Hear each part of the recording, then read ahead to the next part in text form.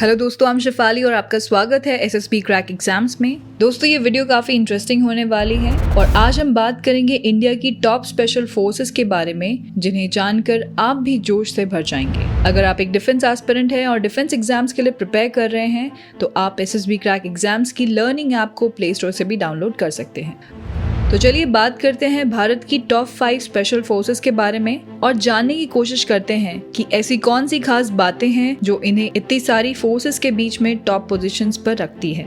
सबसे पहले बात करेंगे पैरा स्पेशल फोर्सेस की, जो कि कई ऑपरेशंस कर चुकी है, लेकिन लाइमलाइट में सर्जिकल स्ट्राइक्स और उसके बाद उन्हीं सर्जिकल स्ट्राइक्स पर बेस्ड मूवी उरी में नजर आई थी। पैरा एसएफ को इंडियन आर्मी ने 1966 में एस्टैब्लिश किया था। 1965 के इंडिया पाकिस्तान युद्ध के दौरान मेजर मेघ सिंह, जो कि ब्रिगेड ऑफ गार्ड्स में सर्व कर रहे थे, उनके अंडर एक छोटी सी वॉलंटियर यूनिट मेघदूत फोर्स बनाई गई, जिसमें इन्फेंट्री यूनिट्स के जवान और ऑफिसर शामिल थे। और इस यूनिट ने सीमा पर जाकर काफ़ी सक्सेसफुल ऑपरेशंस भी किए, जिसकी वजह से इंडियन आर्मी और भारतीय सरकार को एक ऐसी अनकन्वेंशनल फोर्स की ज़रूरत महसूस हुई जो उसी तरीके से ऑपरेशंस को अंजाम दे सके जिन्हें कर पाना नॉर्मल यूनिट्स के लिए थोड़ा मुश्किल काम हो। मेघदूत फोर्स को पैराशूट रेजिमेंट में ट्रांसफर कर दिया गया, क्योंकि पैराट्रूपिंग कमांडोज टैक्टिक्स का एक बहुत ही जरूरी हिस्सा है। और फिर जुलाई 1966 में पैराशूट रेजिमेंट की 9 बटालियन में 9 पैरा एसएफ को क्रिएट किया गया, जो कि भारत की सबसे पहली ऑपरेशन यूनिट थी। 1 जुलाई 1967 को ग्वालियर में 9 पैरा कमांडोज से 10 पैरा कमांडोज को रेज किया गया और उन्हें सबसे पहले इंडिया पाकिस्तान के 1971 युद्ध में डिप्लॉय किया गया, जहां 9 पैरा कमांडोज ने जम्मू एंड कश्मीर के मंदोल, जो कि पुंछ का एक हिस्सा है, में काफी भारी मात्रा में गन बैटरीज कैप्चर की। पैरा कमांडोज का अगला बड़ा मिशन 1984 ऑपरेशन ब्लू स्टार था और उसके बाद 1980 के दशक में उन्होंने श्रीलंका में ऑपरेशन पवन में भी हिस्सा लिया था। इसके अलावा उन्होंने 1988 में मालदीव्स में ऑपरेशन कैक्टस और 1999 में कारगिल युद्ध में भी भाग लिया था। पैरा स्पेशल फोर्स यानी कि पैरा एसएफ की मुख्य बटालियन के नाम हैं 1 para SF, 2 para SF, 3 para SF, 4 para SF, 9 para SF, 10 para SF, 11 para SF, 12 para SF और 21 पैरा एसएफ। और इनमें सबसे नई 11 और 12 पैरा एसएफ है, जो कि 2011 एंड 2013 में रेस की गई हैं। आइए अब आगे बढ़ते हैं और बात करते हैं मार्कोस यानी कि मरीन कमांडोज फोर्स की, जो कि इंडियन नेवी की स्पेशल फोर्स यूनिट है और स्पेशल ऑपरेशंस कंडक्ट करती है। आप में से कई लोग मार्कोस को मुंबई अटैक में एनएसजी के साथ अपने इम्पोर्टेंट रोल की जगह से भी जानते होंगे। तो चलिए आपको मार्कोस के बारे में बताते हैं। अप्रैल 1986 में इंडियन नेवी ने एक ऐसी स्पेशल फोर्स यूनिट बनाने के बारे में प्लान किया जो मैरीटाइम एनवायरनमेंट में मिशंस और रेड्स कंडक्ट करने के साथ ही साथ रिकॉनेसेंस और काउंटर टेररिज्म ऑपरेशन कर सके। और इसी ऑब्जेक्टिव के साथ कुछ सिलेक्टेड ऑफिसर्स को यूनाइटेड स्टेट्स नेवी सील्स के साथ ट्रेनिंग के लिए भेजा गया। फरवरी 1987 में इंडियन मरीन स्पेशल फोर्स यानी कि IMSF स्टैब्लिश की गई और 1991 में इसका नाम बदलकर मरीन कमांडोज फोर्स कर दिया गया। मार्कोस हवा, पानी और जमीन तीनों ही जगह एनवायरनमेंट में ऑपरेशंस करने में सक्षम है और इसने ऑपरेशन पवन और ऑपरेशन कैक्टस में भी भाग लिया है। मार्कोस JNK के वॉलर लेक और झेलम नदी में अक्सर मैरीटाइम ऑपरेशंस और ट्रेनिंग करते हैं और वहां से होने वाली बॉर्डर इन्फिल्ट्रेशन को रोकते हैं। उन्हें दाढ़ी वाला फौज भी कहा जाता है, क्योंकि मार्कोस के कमांडर्स अक्सर लंबी लंबी दाढ़ी रखना पसंद करते हैं। मार्कोस की कुछ यूनिट्स ट्राई सर्विसेज के arm forces special operation division का भी महत्वपूर्ण हिस्सा है।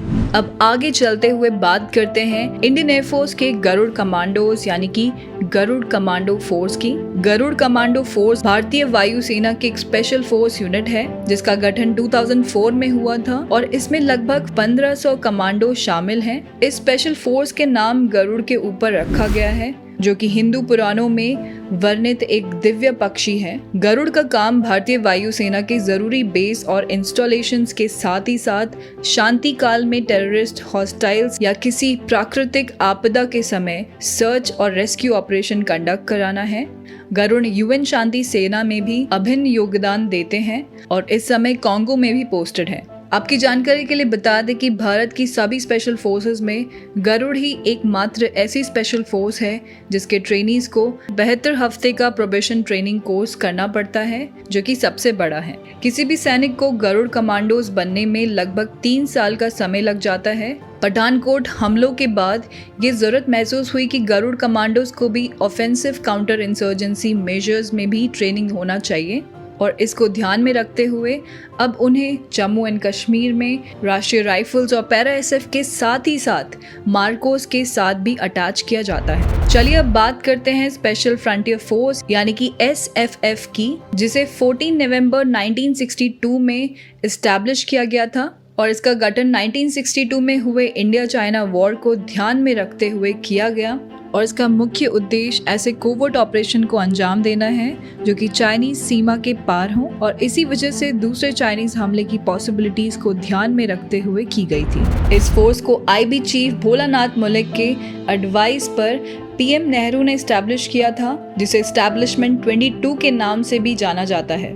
एसएफएफ का बेस चक्राता उत्तराखंड में है और इस फोर्स को आईबी की इंटेलिजेंस ब्यूरो के डायरेक्ट सुपरविजन में रखा गया है, जिसे बाद में बदलकर रिसर्च एंड एनालिसिस विंग यानी कि रॉ के अंडर कर दिया गया। एसएफएफ ने 1971 में इंडियन पाकिस्तान वॉर के साथ ही साथ 1984 के ऑपरेशन ब्लू स्टार में भाग लिया और पीएम इंदिरा गांधी की हत्या के बाद वीआईपी सिक्योरिटी में इनका इस्तेमाल भी किया गया, जिसके बाद में एसपीजी यानी कि स्पेशल प्रोटेक्शन ग्रुप ने रिप्लेस कर दिया गया था। तो चलिए अब आखिर में बात करते हैं एनएसजी यानी कि नेशनल सिक्योरिटी गार्ड्स की, जो कि एक एलीट काउंटर टेररिज्म यूनिट है और मिनिस्ट्री ऑफ होम अफेयर्स के अंतर्गत आती है। एनएसजी की स्थापना 15 अक्टूबर 1984 को ऑपरेशन ब्लू स्टार और पीएम इंदिरा गांधी की हत्या के बाद की गई थी और इसका ऑब्जेक्टिव आतंकी गतिविधियों को रोकना और देश के अंदर होने वाली इंटरनल डिस्टर्बेंस से देश की सुरक्षा करना है। मिनिस्ट्री ऑफ होम अफेयर्स के अंडर होने की वजह से इनका categorization central arm police force यानी कि सीएपीएफ के यूनिफॉर्म नॉमेनक्लेचर में किया गया। एनएसजी को स्पेशल फोर्सेस के मैंडेट मिला है और इनकी core operational capability special action group यानी कि सैग से क्रिएट की गई है, जिसे इंडियन आर्मी से लिया गया है। एनएसजी के पुलिस कंपोनेंट्स का नाम एसआरजी यानी कि स्पेशल रेंजर ग्रुप है और इसके अतिरिक्त सेंट्रल आर्म पुलिस फोर्स और स्टेट पुलिस फोर्सेस के पर्सनल डेप्यूटेशन पर किया जाता है। एनएसजी कमांडोज को द ब्लैक कैट भी कहा जाता है और ऐसा इनकी ब्लैक यूनिफॉर्म की वजह से कहा जाता है। आई होप आप लोगों को इंडिया की टॉप स्पेशल फोर्सेस के बारे में ये इन्फॉर्मेटिव वीडियो काफी पसंद आया होगा। इस वीडियो को लाइक करना ना भूलें और दूसरे डिफेंस एस्पिरेंट्स के साथ जरूर शेयर करें ताकि उन्हें भी ये इंपॉर्टेंट जानकारी मिल सके, क्योंकि ये एसएसबी या डिफेंस रिटन एग्जाम्स में पूछी जा सकती है। अगर आप एसएसबी इंटरव्यू के लिए प्रिपेयर कर रहे हैं तो आप हमारी एसएसबी इंटरव्यू बुक्स को पढ़ना ना भूलें। इन बुक्स का लिंक भी आपको डिस्क्रिप्शन में मिल जाएगा। For latest update, do not forget to subscribe to our SSB Crack Exams channel and I'll see you in the next video. Jai Hind.